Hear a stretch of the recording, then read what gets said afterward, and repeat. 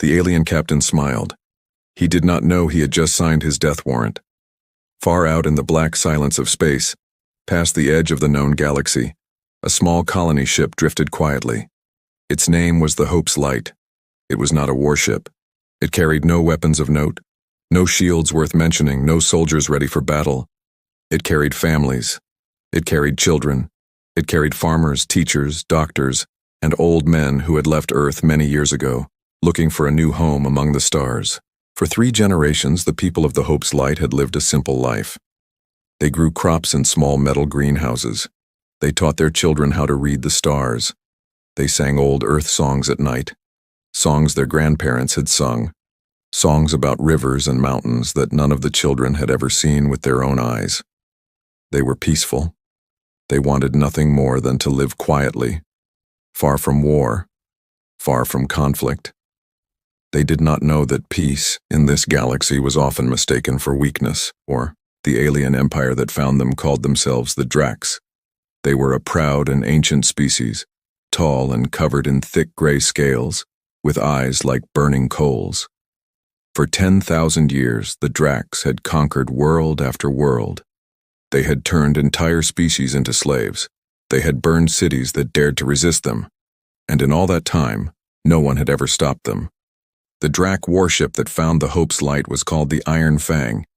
It was massive, a floating city of steel and weapons, built to crush anything that stood before it. Its captain, a Drac named Vorlek, had spent his whole life in battle. He had destroyed 100 worlds.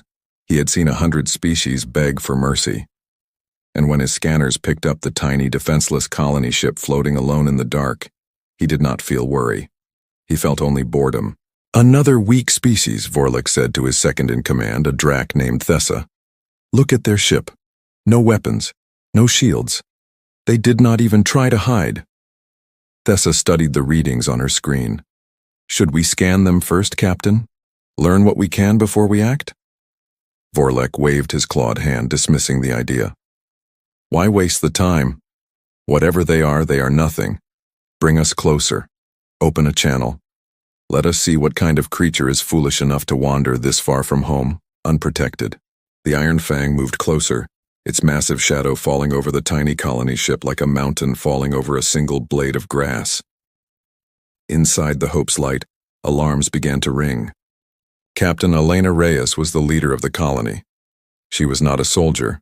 She had been a schoolteacher back on Earth and later, a farmer on this ship, teaching children how to grow food in the cold soil of artificial greenhouses.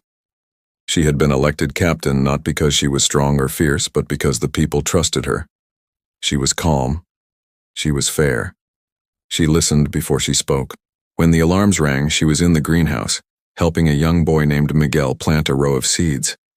She looked up at the ceiling speakers, her heart suddenly tight in her chest. "Captain Reyes, please come to the bridge," said the voice of Thomas, the ship's engineer. Something big just appeared on the scanner. Something very big. Elena wiped the soil from her hands and looked at Miguel. The boy's eyes were wide with fear. "Stay here," she said gently. "Keep planting. Everything will be fine." She did not believe her own words, but she said them anyway, because a leader's first duty was to keep the people calm. On the bridge, Thomas showed her the reading. A massive shape, 10 times the size of their ship, glowing with heat and power, sat just outside their windows. Its metal skin was gray and rough, covered in weapons the size of buildings. "What is it?" Elena asked quietly. "I do not know," Thomas said. "But it is not friendly. Look at the shape. That is a warship. That is a warship built for one purpose: destruction." Before Elena could answer, the ship's communication system crackled to life. A harsh, growling voice filled the bridge. "This is Captain Vorlek of the Drac Empire. You are trespassing in Drac space. Your ship, and everything in it, now belongs to the Empire. Surrender, and some of you may be allowed to live as servants. Resist, and you will all die." The bridge went silent. Elena stepped forward and pressed the button to respond. Her voice was steady, though her hands were shaking. "This is Captain Elena Reyes of the human colony ship Hope's Light. We did not know we were in your territory. We are not soldiers. We are farmers, families, children.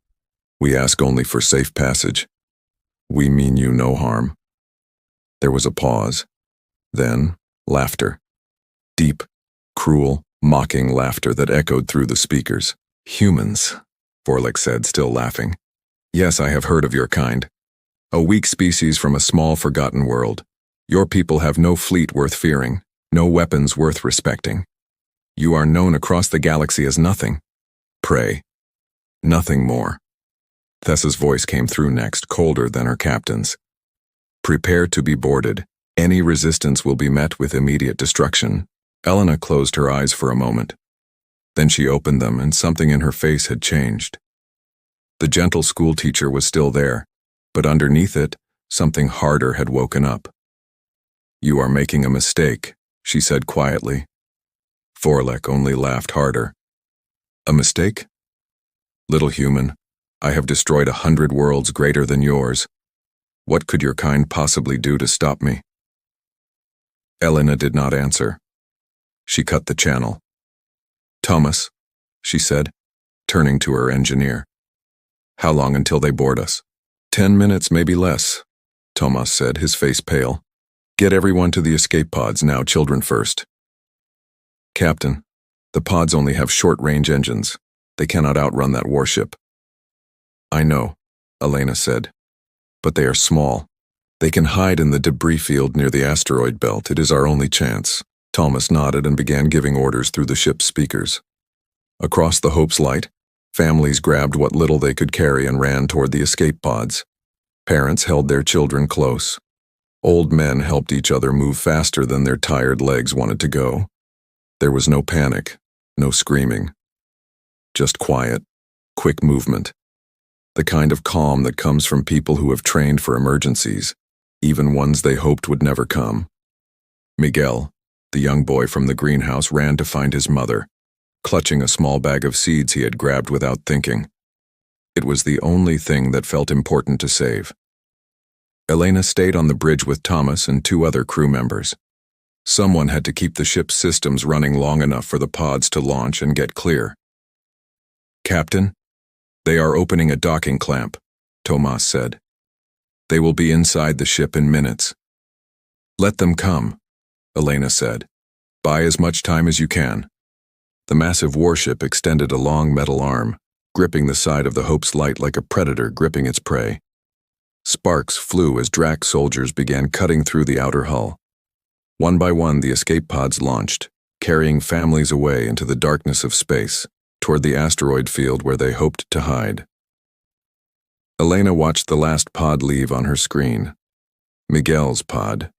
She allowed herself one small breath of relief. Then the bridge doors exploded inward, and Drax soldiers stormed through, weapons raised, their scaled faces twisted into expressions of contempt. Vorlik himself walked onto the bridge a few minutes later, stepping over the wreckage of the door with the casual air of someone stepping over a fallen leaf. He looked at Elena, standing calmly beside her chair, unarmed, surrounded by his soldiers. "You sent your children away," Vorlik said, almost amused. "A clever move. It will not save them. My ship's scanners will find those pods within the hour." "Maybe," Elena said, "or maybe not." Vorlik stepped closer, towering over her. "You humans amuse me. Even now, facing certain death, you show no fear. Is this bravery, or simply stupidity?" Elena looked up at him, her eyes steady. "Neither. It is patience." Vorlik frowned, not understanding. "Patience for what?" "For what comes next," Elena said. Before Vorlik could ask what she meant, one of his soldiers shouted from a console. "Captain, something is jamming our long-range scanners. We cannot track the escape pods." Vorlik's eyes narrowed. "Impossible. This ship has no advanced technology. Check again." "I've checked twice, Captain. Someone or something is actively blocking our sensors." Elena allowed herself the smallest, quietest smile. "You said humans are weak," she said. "You said we have no fleet, no weapons worth fearing. Maybe that is true today, but you have just attacked a human ship, killed no one important, and let hundreds of witnesses escape into space. Word will reach Earth, and Earth will not forget this. Vorlek laughed again, though it sounded less certain than before. Earth? A single backward world? What could it possibly do? Elena's voice was calm, almost gentle as she answered. You are about to find out. Vorlek ordered his soldiers to take Elena and the remaining crew as prisoners. He did not kill them immediately, a small mercy, or perhaps simple curiosity. He wanted to know more about this strange species that stayed so calm in the face of death. As the soldiers dragged her away, Elena managed one last act. She pressed a small device hidden in her sleeve, a simple short-range transmitter Thomas had built in secret weeks ago, in case of emergencies just like this one. It sent a single message, tight-beamed toward the escaping pods to be relayed onward, ship to ship, colony to colony, all the way back to Earth. The message was short, simple, but it would echo across the galaxy for years to come. They started it. Far away in the asteroid field, Miguel's escape pod drifted silently among the rocks, hidden from the warship's scanners. His mother held him close, tears in her eyes, watching the distant shape of the Hope's light being pulled into the belly of the massive Drac warship. Mama, Miguel whispered, will Captain Reyes be okay? His mother did not answer right away. She was staring at a small screen on the pod's console, where a message had just appeared, relayed from ship to ship across the emergency network. They started it. She did not know not yet what those words would mean. She did not know that this simple message would soon reach Earth, would soon reach the desks of generals and presidents who had spent decades preparing quietly, patiently for a day like this. She did not know that somewhere deep underground on a planet called Earth, alarms were about to ring for the very first time in 50 years. All she knew was that her son was safe for now, and that somewhere out there, something had just changed forever. On the Iron Fang, Captain Vorlek stood at the window of his ship, watching the wreckage of the Hope's light being pulled apart for salvage. He felt satisfied. Another easy conquest. Another weak species put in its place. He did not know that his warship's scanners had just been recorded, studied, and analyzed by escape pods relaying data back toward human space. He did not know that every weapon, every shield, every weakness of his beloved Iron Fang was now being cataloged by human engineers who had spent decades dreaming of exactly this moment. He did not know that somewhere far away, a message was arriving on a quiet blue-green world. They started it, and in offices and command centers across Earth, people who had waited a long, long time for a reason finally had one. Captain Vorlek smiled at the stars, proud of another victory. He did not know he had just signed his death warrant. The message arrived on Earth at 3:14 in the morning, local time in Geneva. It came through an old relay station, one of hundreds scattered quietly across human space, listening for exactly this kind of signal. For 50 years, these stations had listened. For 50 years, they had heard nothing but silence. Then, in the middle of the night, a single short message blinked onto a screen in a small, quiet room deep underground. They started it. A young officer named Sergeant Priya Nair was the one on duty that night. She had worked this post for 2 years, and in all that time, she had never seen the deep space alert light turn on. She had almost forgotten it existed. When the light began to flash red, her first thought was that it was broken.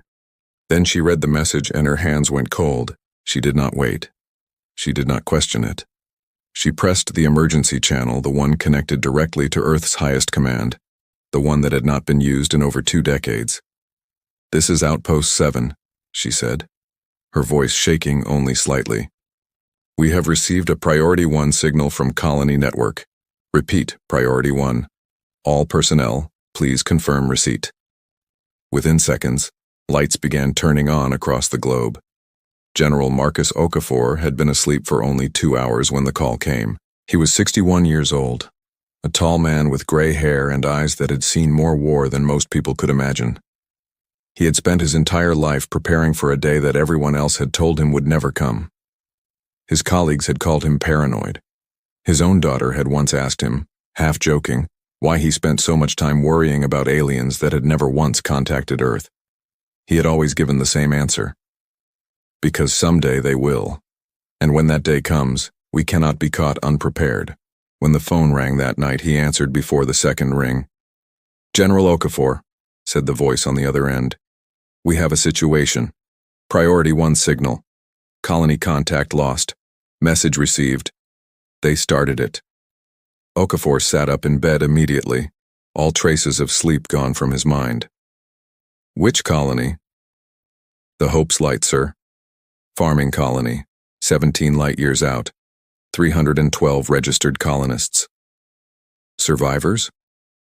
"Escape pods launched before contact was lost. We are still counting how many made it out. Early reports suggest most of the civilians escaped, but the ship itself and its crew, including the captain, appear to have been taken." Okafor closed his eyes for a moment. 300 families. Farmers, teachers, children. People who had left Earth looking for nothing more than a quiet life among the stars. "Get me the full data package," he said. "Sensor readings, video, everything the escape pods managed to record, and wake up the council. All of them. Tonight." "Sir, it is 3 in the morning." "I know what time it is," Okafor said, already pulling on his uniform. "Wake them up anyway, humanity just got its answer." 3 hours later, the Global Defense Council sat around a long table in an underground command center beneath Geneva. 12 people, representing every major region of Earth, sat in tired silence as General Okafor stood at the front of the room, a large screen behind him showing grainy footage recorded by one of the escape pods. The footage showed the massive shape of the Drac warship, the Iron Fang, looming over the tiny colony ship like a mountain over a pebble. It showed the moment the warship's weapons powered up. It showed Captain Elena Reyes's calm voice, recorded from the ship's final transmission, still trying to reason with an enemy who had already decided the outcome. When the footage ended, the room was silent. Finally, an older woman named President Amara Diallo spoke. She had been the head of the council for nearly a decade, and she had always hoped, quietly, that this day would never come. "How many escaped?" 289 confirmed alive, Okafor answered. 23 unaccounted for, likely captured along with the ship's crew, including Captain Reyes. "And the aliens? What do we know about them?" Okafor gestured, and the screen changed to show detailed scans of the Iron Fang, its weapons, its shield systems, its engine layout. "The Drac Empire. Our long-range listening posts have picked up fragments of their communications for years, but this is the first time we have had direct contact. Based on the recordings, they believe humanity to be, in their words, a weak species from a small, forgotten world." A murmur went through the room. "They do not know what we have built," said another council member, a sharp-eyed man named Defense Minister Hassan Rafiq. "They do not know about the fleet." "No," Okafor said. "They do not. To understand what happened next, it helps to understand what humanity had been doing for the past 50 years. After Earth's first tentative steps into space, humans had made a discovery that changed everything. They were not alone, and worse, they were surrounded by species far older, far more powerful, and far more advanced. Early scouting missions had returned with terrifying reports of empires that had existed for tens of thousands of years. Empires that conquered without mercy. Empires that saw younger species as nothing more than resources to be used. Humanity had a choice to make. They could stay hidden, quiet, hoping no one ever noticed them, or they could prepare. They chose to prepare. It had not been easy. Earth's governments, so used to arguing over borders and resources, had to learn to work together in ways they never had before. Scientists from every nation pooled their knowledge. Engineers worked around the clock. Soldiers from countries that had once been enemies trained side by side, learning that the old conflicts meant nothing next to the much larger threat waiting among the stars. Slowly, quietly, far from the eyes of any watching alien empire, humanity built a fleet. It was not the biggest fleet in the galaxy. It could never hope to match the sheer size of empires like the Dracs, who had thousands of years and countless conquered worlds providing them resources. But humanity had something else, something the Dracs and empires like them had long forgotten: desperation, creativity, and the memory of a history filled with war, survival, and the refusal to ever give up. Human ships were not built like Drac ships. They were smaller, faster, harder to hit. Human weapons were not the biggest in the galaxy, but they were clever, designed to find weaknesses rather than simply overpower. Human soldiers were not bred for endless conquest like Drac soldiers. They were trained, tested, and driven by something the Dracs could not understand: the fierce, personal desire to protect their homes and their families. For 50 years, this fleet had waited, hidden in secret shipyards on the far side of the solar system, disguised as mining stations, waiting for a reason. Now, they had one. "General," President Diallo said, her voice quiet but firm. "What do you recommend?" Okafor took a slow breath. This was the moment he had trained for his entire career, and yet now that it had arrived, he felt the full weight of it settle onto his shoulders. "We cannot ignore this," he said. "If we do nothing, every species watching will believe exactly what the Dracs already believe: that humanity is weak, that we are prey. We will spend the rest of our history hiding, waiting for the next attack, and the one after that." "And if we respond?" asked Minister Rafik. "We risk war with an empire far larger than our own." "We are already at war," Okafor said. "They started it the moment they attacked an unarmed colony ship. The only question now is whether we respond, or whether we let them believe they can do it again, to another colony, and another, until there is nothing left of us to save." The room fell silent again. Finally, President Diallo nodded slowly. "Prepare the fleet, General, but I want this done carefully. We do not know the full strength of this empire. We move fast, we move smart, and we bring our people home." "Yes, Madam President." "And General," Diallo added as Okafor turned to leave, "the prisoners, Captain Reyes and her crew. We will not leave them behind," Okafor said. "Humanity does not abandon its own." Within hours, secret shipyards across the solar system came alive, with activity none of them had seen in decades. Massive doors opened on hidden stations near Jupiter's moons. Ships that had sat quietly for years, maintained but unused, began powering up their engines for the first time in a generation. Soldiers who had trained for a war they were told might never come suddenly found themselves being called into active duty. Many of them were young, born long after the fleet had first been built, trained by veterans who remembered the early days of humanity's decision to prepare. Now, for the first time, that training would be tested. Among them was a young pilot named Captain David Osei, barely 28 years old, who had spent the last 6 years training for exactly this moment. He stood in the briefing room of the flagship, Terra's Resolve, listening as General Okafor addressed the assembled crews. "Some of you have trained your whole lives for a day you were told might never arrive," Okafor said, his voice carrying through the massive hall. "That day is here. Somewhere out there, an empire believes humanity is weak. They believe we are nothing more than prey to be hunted. They are about to learn how wrong they are." He paused, looking across the sea of faces, young and old, all of them staring back at him with the same quiet determination. "We are not going to war for conquest. We are not going to war for glory. We are going to war because they attacked our people, took our captain, and believed there would be no consequences. We are going to prove them wrong." The room erupted into a low, steady cheer, not the wild noise of excitement, but the deep, resolved sound of people who understood exactly what they were about to do. Far above Earth, in the quiet dark of space, the human fleet began to assemble. Ship after ship emerged from hidden docks, forming into careful formations under the guidance of officers who had spent years planning for this exact moment. It was not the largest fleet the galaxy had ever seen. It would never compare to the endless armies of empires like the Dracs.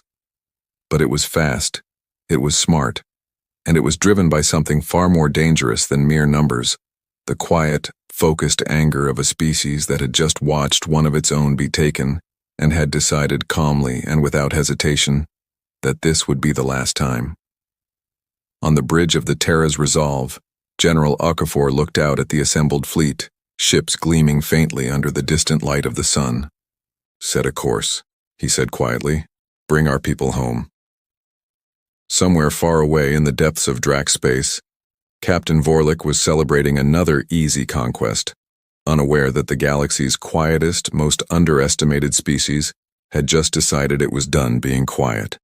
The human fleet crossed into Drac territory 11 days after leaving Earth. 11 days does not sound like a long time, but for the crews aboard those ships it felt like a lifetime. There was no laughing in the hallways, no music playing in the mess halls. Every soldier, every pilot, every engineer moved with quiet purpose, checking and rechecking systems that had already been checked 100 times. They knew what was waiting for them. They knew the size of the empire they were about to challenge. And still, none of them turned back. Captain David Ossie sat in the cockpit of his fighter, the Swift Arrow, watching the stars slide past the viewport. Beside him, on the comm channel, he could hear the quiet breathing of his wingmate, a young woman named Lieutenant Sarah Kim, who had trained alongside him for 6 years. "You nervous?" Sarah asked quietly. "A little," David admitted. "You?" "A little," she said. "But mostly I keep thinking about that colony ship, those kids in the escape pods. I keep thinking, what if that had been my little brother?" David nodded slowly, even though she couldn't see him. "That's why we're here." The Drac border station, a smaller outpost called Kethnar Watch, had no idea what was coming. Kethnar Watch was not a major military base. It was a listening post, meant to monitor for smugglers and minor threats along the Empire's outer edge. Its commander, a Drac officer named Grath, had spent the last 15 years at this post, bored out of his mind, watching nothing happen day after day. The idea that anything dangerous could come from this direction, from the empty, unclaimed space beyond the border, was almost laughable to him. When his scanners picked up an incoming fleet, his first thought was that it was a sensor malfunction. "Run the diagnostics again," Grath ordered his technician, a younger Drac named Ilsa. "That reading cannot be correct." "I have run it 3 times, Commander," Ilsa said, her voice uncertain. "The fleet is real. 41 ships approaching at high speed." 41 ships? From where? "Unknown origin. The ship designs do not match any species in our database." Grath frowned, standing up from his chair to look at the screen himself. The ships on the display were small, sleek, oddly shaped compared to the heavy, blocky designs of Drac warships. They did not look impressive. They did not look dangerous. "Probably some minor species trying to make a name for themselves," Grath said, waving a dismissive claw.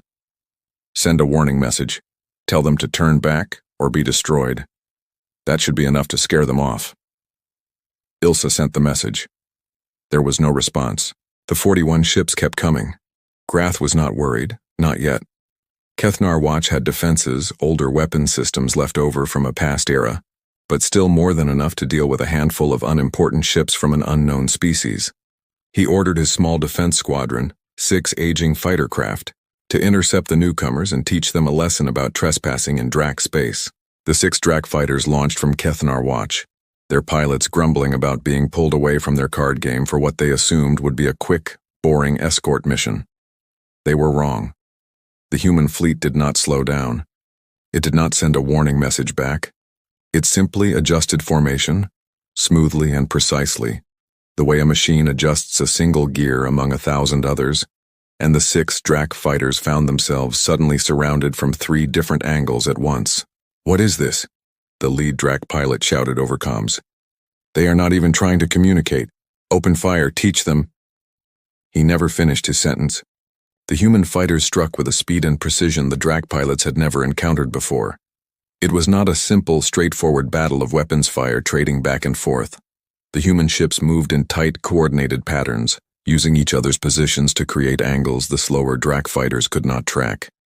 Within 90 seconds, all 6 Drac fighters were disabled or destroyed, their pilots ejecting into escape pods, stunned and confused by how quickly the fight had turned against them. Back at Kethnar Watch, Grath stared at his monitors in disbelief.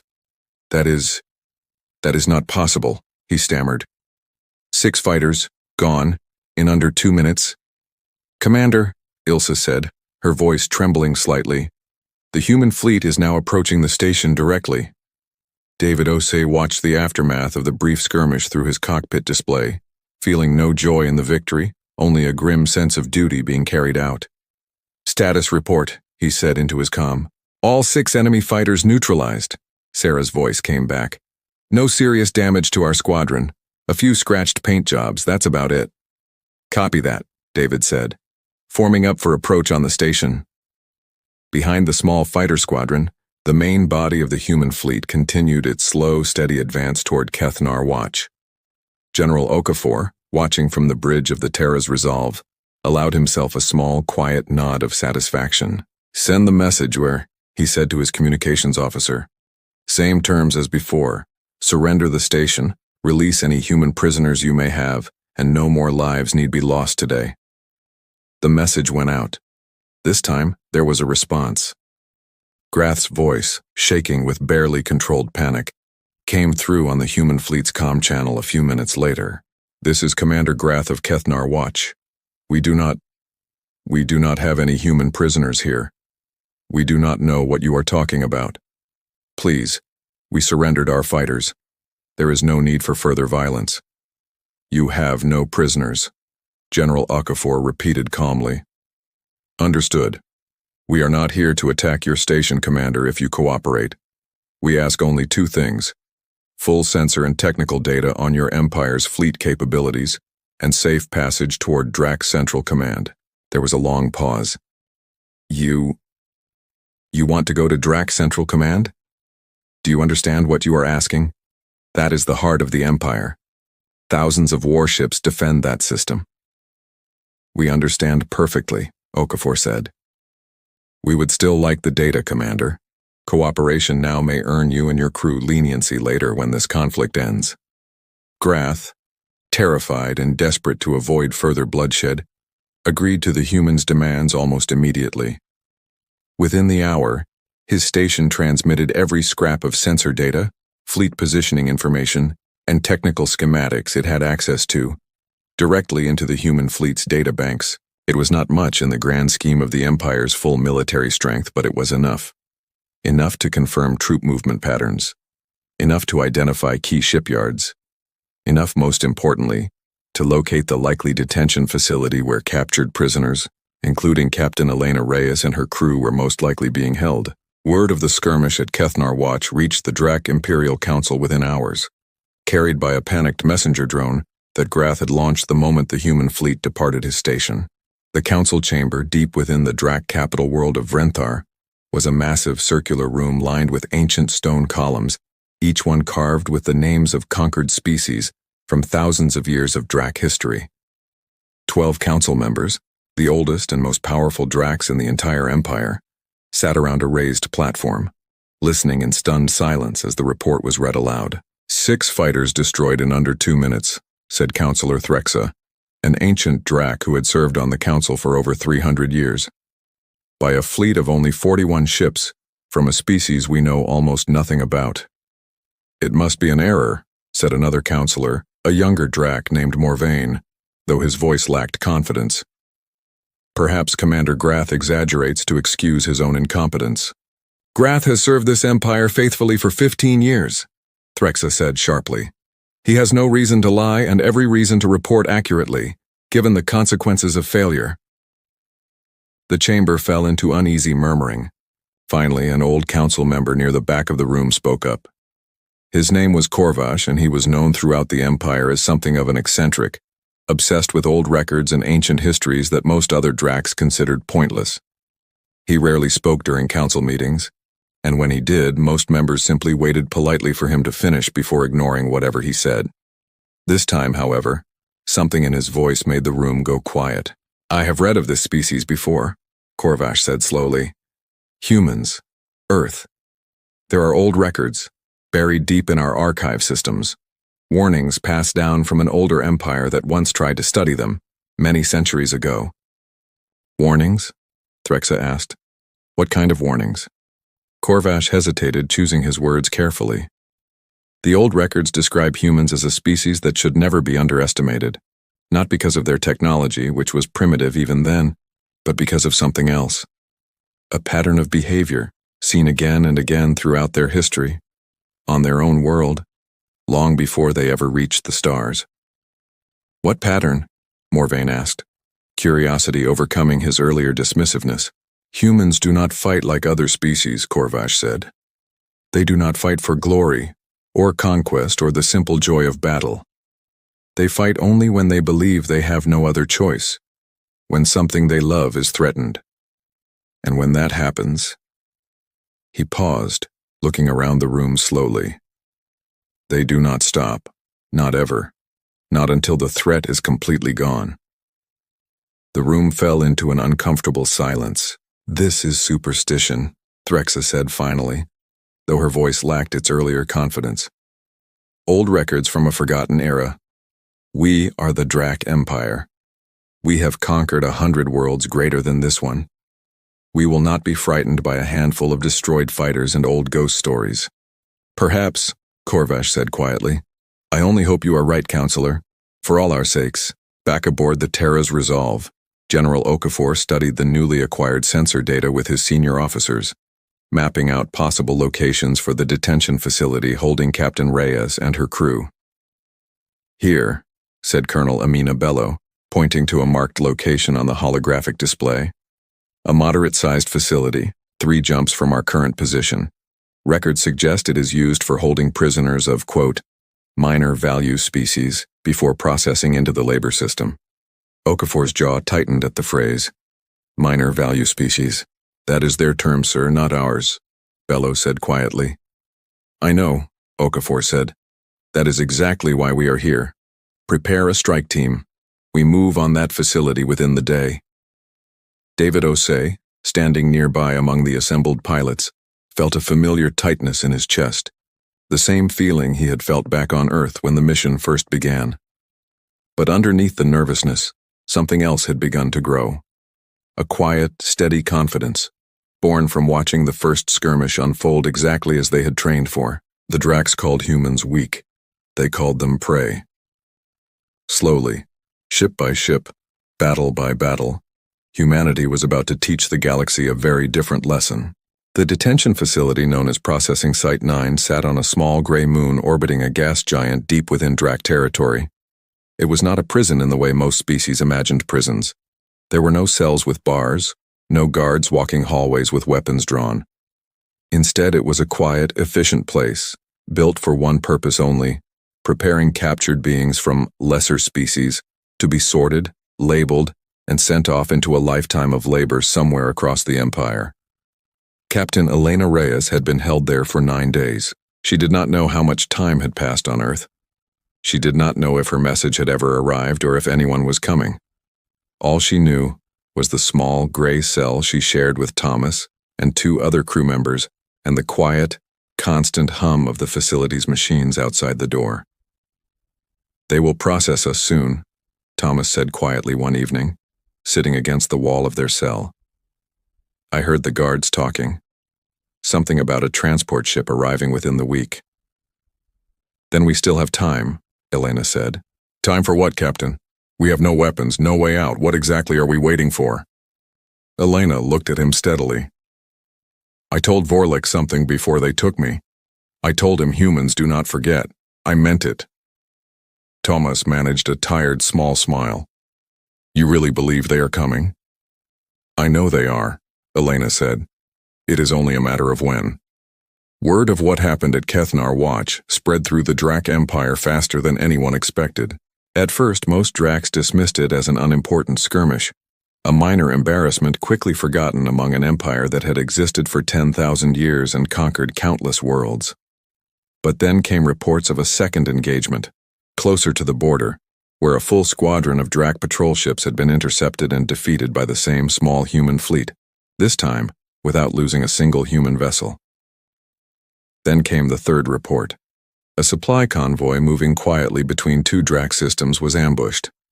Not destroyed outright, which the Drac military leaders almost would have preferred, since destruction at least made sense as an act of war. Instead, the human fleet disabled the convoy's engines with precise targeted strikes, boarded the ships, freed a group of enslaved workers from 3 different conquered species being transported for labor, and left without harming a single Drac crew member who surrendered peacefully. It was strange. It was confusing. And to the older, more experienced officers who had spent their lives fighting wars of conquest, it was deeply unsettling. "They are not fighting like an enemy," said a Drac fleet commander named Yolvash, reviewing footage from the convoy attack with a group of fellow officers. "An enemy destroys what it cannot use, kills what surrenders, takes what it wants. This is something else." "What is it then?" asked a junior officer. Yolvash did not answer immediately. He simply stared at the footage, watching human soldiers carefully guide freed slaves toward escape pods, showing the same calm efficiency they had shown in destroying enemy fighters only minutes earlier. "I do not know," he said finally, "and that frightens me more than if I did." Back in the council chamber on Vrenthar, Councillor Korvash found himself, for the first time in decades, being asked to speak at length. "Tell us everything," Threxa said, her earlier confidence noticeably shaken after 3 consecutive incidents involving the mysterious human fleet. "Everything you know from these old records." Korvash nodded slowly, gesturing for the chamber's ancient archive system to display images on the central hologram. Faded records, thousands of years old, appeared before the assembled council, showing crude sketches of a species that looked remarkably similar to the humans currently causing chaos along the Empire's border. An ancient empire called the Vothkar encountered this species long before recorded Drac history began, Korvash explained. The Vothkar were, at the time, among the most powerful empires in this quadrant of the galaxy. They discovered a small, isolated world, populated by a young, primitive species still fighting among themselves. Believing them weak and easily conquered, the Vothkar began a campaign to subjugate them. "And?" Morvain asked. "The Vothkar Empire no longer exists," Korvash said simply. The chamber fell silent. "Brr, you are saying this? This human species destroyed an entire empire?"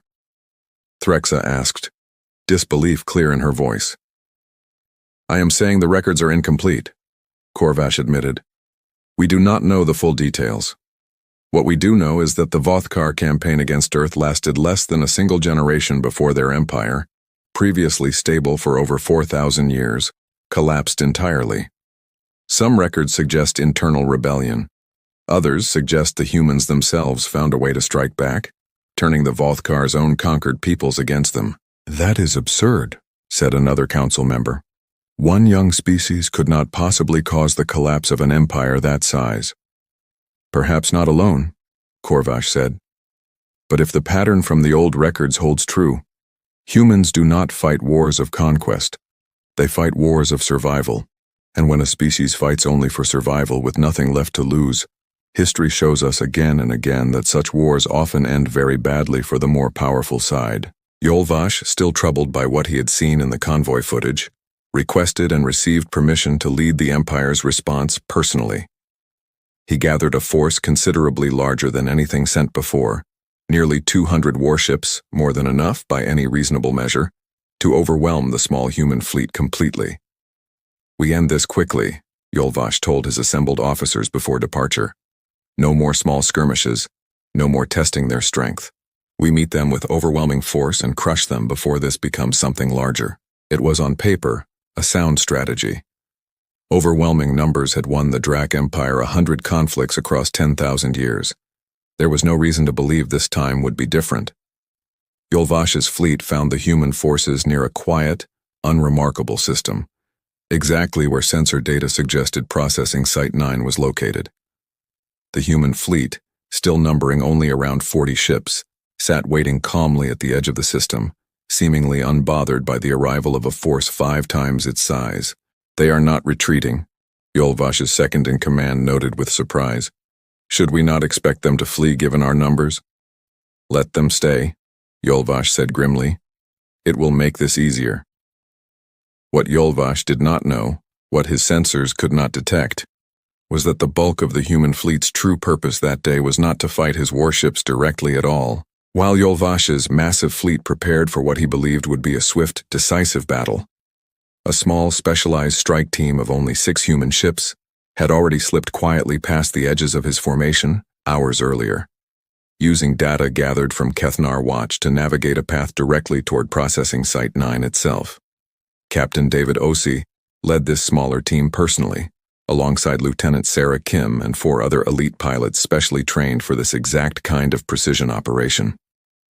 Approaching the facility, David said quietly over comms as the moon-holding processing Site 9 came into view. Minimal defenses detected, exactly as the intelligence suggested. They really did not expect anyone to come this deep, Sarah said. No, David said. They didn't.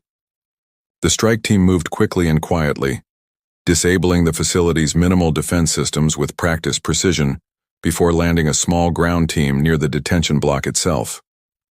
Guards, expecting nothing more dangerous than the occasional minor security drill, were caught completely off guard by soldiers who moved with calm, professional efficiency, subduing resistance without unnecessary violence wherever possible. Inside her cell, Elena heard the sudden commotion outside, shouting voices, the sound of doors being forced open down the hallway. "Captain," Tomas said urgently, standing up. "Do you hear that?" Before Elena could answer, their cell door slid open, revealing a human soldier in unfamiliar armor, weapon raised but pointed safely toward the ground. "Captain Elena Reyes?" the soldier asked. Elena stood slowly, hardly daring to believe what she was seeing. "Yes. Sergeant James Okoro, Human Strike Team. We're getting you out of here." For the first time in 9 days, Elena allowed herself to feel something other than calm, careful patience. Relief, sharp and overwhelming, washed over her. "I told you they would come," she said quietly to Thomas, her voice trembling slightly with emotion she had held back for days. Meanwhile, back at the edge of the system, Yolvash's massive fleet finally engaged the remaining human forces, expecting a swift, overwhelming victory.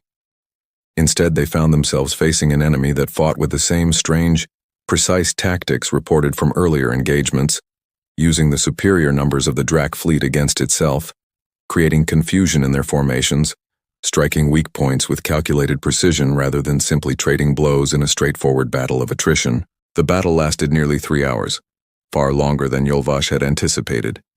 And though his forces ultimately forced the smaller human fleet to withdraw, the cost had been far higher than expected. Nearly 30 Drak warships were destroyed or disabled, a staggering loss for what should have been an easy victory against a numerically inferior enemy. More troubling still, by the time Yolvash's fleet regrouped and turned their attention toward processing Site 9, they found the facility empty, its prisoners gone, extracted cleanly and completely by a strike team no one had even detected until it was already too late. "They used us," Yolvash realized slowly, staring at the empty facility's wreckage.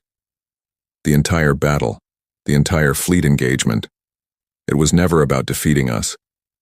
It was a distraction. His second-in-command said nothing, too stunned by the realization to respond. News of the failed engagement reached the council chamber within hours, carried this time not by a panicked messenger drone, but by Yolvash himself, standing before the assembled council, with the weary, shaken expression of a commander who had just learned something deeply unsettling about the nature of his enemy. "They do not fight to win battles," Yolvash reported grimly. "They fight to accomplish objectives. The battle itself, the ships, the losses on both sides, all of it was simply a means to an end. They wanted their people back. They got them back. Everything else was irrelevant to them." Korvash, sitting quietly at the back of the chamber, allowed himself a small, grim nod, as though confirming something he had long suspected. "The old records were right," he said quietly, though few in the chamber were listening closely enough to hear him. "This is not a war of conquest we are facing. This is a war of survival. And history shows us, again and again, how such wars tend to end." Across the Drak Empire, word began to spread, quietly at first, then louder, among soldiers, officers, and citizens alike. A strange unease settled over worlds that had known nothing but confident, unquestioned dominance for thousands of years. The Empire had called humans weak, primitive, unworthy of serious concern. Now, for the first time in living memory, the Drac Empire began to prepare not for another easy conquest, but for something it had almost forgotten how to feel: fear. 3 months passed after the rescue at Processing Site 9. In that time, the war between humanity and the Drac Empire grew far beyond anyone's early expectations. What had begun as a single attack on an unarmed colony ship had become something the entire galaxy was now watching closely. Neighboring species, many of whom had suffered under Drac rule for generations, watched with growing interest as a small, previously unknown species fought the mighty empire to a standstill, battle after battle. Humanity did not have the numbers to match the Drac Empire ship for ship. Everyone knew this, including the humans themselves. But numbers, it turned out, were not the only thing that decided a war. Human forces struck quickly, hit precise targets, and withdrew before the Empire's larger fleets could respond in full force. They freed enslaved workers from conquered worlds whenever they found them, quietly building alliances with species who had long dreamed of freedom but never dared hope for it. Slowly, word spread across occupied worlds. Humans did not conquer. Humans did not enslave. Humans fought only to end the fighting, and treated those they defeated with unexpected mercy, so long as that mercy was not tested twice. For an empire built entirely on fear and dominance, this was perhaps the most dangerous weapon of all. Captain Elena Reyes, fully recovered from her time in captivity, had been given a new role by General Okafor, one she had not expected but quickly grew into: chief negotiator between humanity and the growing number of species now seeking alliance against the Drac Empire. "They trust you," Okafor had told her months earlier aboard the Terra's Resolve. "You survived captivity with dignity. You showed them mercy is not the same as weakness. That matters more than any weapon we could build." Elena had accepted the role with the same quiet determination she had shown from the very beginning. Over the following months, she met with representatives from a dozen different species, each of whom had suffered under Drac rule in their own way, each of whom now saw, for the first time in generations, a real chance at freedom. By the time the final battle approached, humanity did not fight alone. The Drac Council, meanwhile, found itself increasingly divided. Councillor Threxa, once confident and dismissive, had grown noticeably quieter in recent months, watching report after report of Drac losses pile up across the border regions. Councillor Morvain, once eager to dismiss the old warnings as superstition, now found himself frequently seeking out Corvash's counsel, desperate for any insight into an enemy the Empire still barely understood. "We must sue for peace," Morvain argued during one tense council session. "Every battle costs us more than we gain. Our conquered worlds grow restless, inspired by the humans' example. If this continues, we risk losing everything we have built over 10,000 years. "Peace?" Threxa said bitterly, though her earlier confidence had clearly faded. "We are the Drac Empire.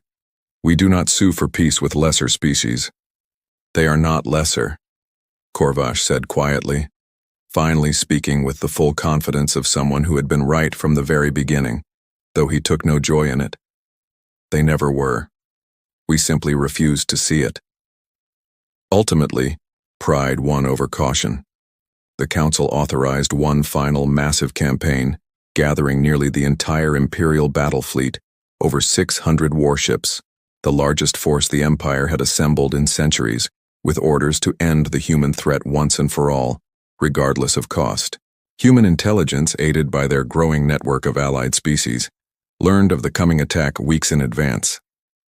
600 ships, Colonel Bello reported grimly during the final strategy meeting aboard the Terra's Resolve. "Nearly 15 times our current fleet strength, even counting our new allies' contributions. They mean to end this in a single battle," General Okafor said, studying the tactical display carefully. "No more testing our strength, no more small skirmishes. This is everything they have." "Can we win?" asked a younger officer nervously. Okafor considered the question carefully before answering. "Winning was never about matching them ship for ship. It never has been. We win by making sure that whatever they throw at us, it costs them more than they are willing to pay." He turned to the assembled officers, his expression calm but serious. We have spent months studying their tactics, their weaknesses, their command structure. Their fleet is powerful, but it is rigid, built for overwhelming smaller, disorganized enemies quickly. We are not disorganized. We are not going to fight the battle they expect. The final battle took place near a quiet system the humans had begun calling Threshold, the last major checkpoint before reaching the Drak homeworld itself. 600 Drak warships arrived in perfect, imposing formation, their massive shapes filling the void of space like a wall of gray steel, stretching farther than the eye could see. Against them stood a considerably smaller force, 63 human warships, reinforced by nearly 40 additional vessels contributed by newly allied species, all coordinated under unified human command. Aboard the lead Drak flagship, Fleet Admiral Threxa herself, who had insisted on personally overseeing this decisive campaign, watched the smaller enemy fleet with grim satisfaction. "They stand and fight," she said to her officers. "Foolish, but perhaps fitting. Let this be the battle history remembers, the moment the Drak Empire finally silenced this troublesome species for good." She gave the order to advance. What followed was unlike any battle either side had fought before. The human fleet, rather than meeting the Drak advance head-on, split into dozens of smaller, highly coordinated groups, striking at specific sections of the massive Drak formation with precise, devastating efficiency before retreating just as quickly. Allied ships unfamiliar with human tactics only months earlier now moved with practiced coordination, having spent weeks training alongside their new human allies. "They are not engaging directly," Threxa observed with growing frustration, watching her formation's edges being picked apart piece by piece. "Bring the central fleet around, crush them before they can regroup." But every time the massive Drak formation adjusted to counter one strike, another group of human and allied ships struck elsewhere, exploiting gaps created by the Empire's own defensive maneuvers. The sheer size of the Drak fleet, once its greatest strength, had become a liability, too large and cumbersome to respond quickly to an enemy that refused to fight on the Empire's terms. Captain David Osei, now a seasoned veteran of a dozen major engagements, led one of these strike groups personally, guiding his pilots through a complex, practiced maneuver that had become almost instinctive after months of continuous warfare. "Formation Delta on my mark," he said calmly over comms. "Target their central command relay, then withdraw immediately." "Copy that, Captain," Sarah Kim's voice responded, steady despite the chaos surrounding them. The strike succeeded perfectly, disabling a critical communication relay at the heart of the Drak formation, creating confusion that spread outward through the entire fleet like cracks through glass. Hours into the battle, with Drak losses mounting far beyond anything the Empire's leadership had anticipated, Fleet Admiral Threxa found herself facing an uncomfortable truth. "Admiral," her tactical officer reported, voice tight with barely controlled panic, "we have lost over 200 ships. Our formation is fractured across a dozen separate engagement zones. We cannot regroup fast enough to counter their strikes." Threxa stared at the tactical display, watching decades of assumed superiority crumble before her eyes. The human fleet, still numerically far smaller, had somehow turned the Empire's greatest strength, its overwhelming size, into its greatest weakness. "How is this possible?" she whispered almost to herself. "We outnumber them 15-1. Korvash's words, spoken months earlier in the quiet halls of the council chamber, echoed suddenly in her memory. They do not fight wars of conquest. They fight wars of survival. And such wars, history shows us, often end very badly for the more powerful side. For the first time in her long career, Fleet Admiral Threxa considered the possibility of defeat. The turning point came when General Okafor, watching the battle unfold from the Terra's resolve, made a calculated decision that would define the rest of the conflict. Rather than continuing the slow, grinding war of attrition, he ordered his forces to focus every remaining strike directly toward the Drak flagship itself, using the confusion already spreading through the Empire's ranks to punch through weakened defenses and threaten the heart of their command structure. "If we can force their flagship to withdraw or surrender," Okafor explained to his officers, "the rest of their fleet will lose coordination entirely. This is not about destroying 600 ships. It is about ending this before more lives are lost on either side. The final assault on the Drac flagship was fierce and costly, but ultimately successful.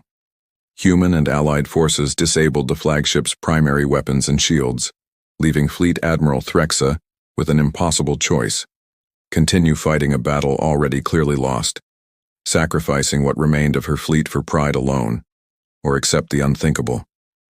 Surrender. This is Fleet Admiral Threxa of the Drac Imperial Battle Fleet. Her voice came through, quiet and defeated, over the open comm channel. We request terms of surrender. Aboard the Terra's Resolve, General Okafor allowed himself a long, tired breath before responding. Terms are simple, Admiral, he said. Immediate withdrawal from all contested territories, release of all remaining prisoners from every species currently held by the Empire, and a formal end to further hostilities against Earth and against any species who has allied with us in this conflict. There was a long pause. And if we refuse? Then we continue, Okafor said simply. But I do not believe either of us wants that, Admiral. Enough people have died today. Another pause. Longer this time. Finally, Threx's voice returned, quieter than before. Terms accepted. Word of the Drac Empire's surrender spread across the galaxy within days, carried by relay stations and allied species eager to share the news with worlds that had lived under Imperial rule for generations. Celebrations broke out on dozens of formerly conquered worlds, as centuries of fear finally began to lift. Aboard the Terra's Resolve, Elena Reyes stood quietly beside General Okafor, watching the last of the Drac fleet withdraw from the system. They called us weak, she said softly. They called us prey. They were wrong, Okafor said. Elena nodded slowly, thinking of the colony ship that had started it all, of Miguel and the other children who had escaped into the darkness of the asteroid field, of the quiet, patient anger that had carried her people through months of war they had never wanted, but had refused to run from. No, she said quietly. They were more than wrong.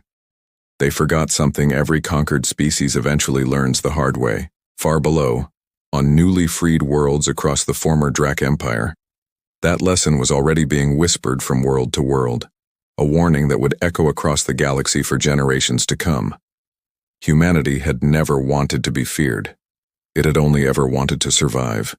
But now, having survived, having endured, having proven that mercy and strength could exist together in the same quiet, determined heart, the galaxy finally understood the truth. They called humans weak. Now the galaxy calls them legends. The end.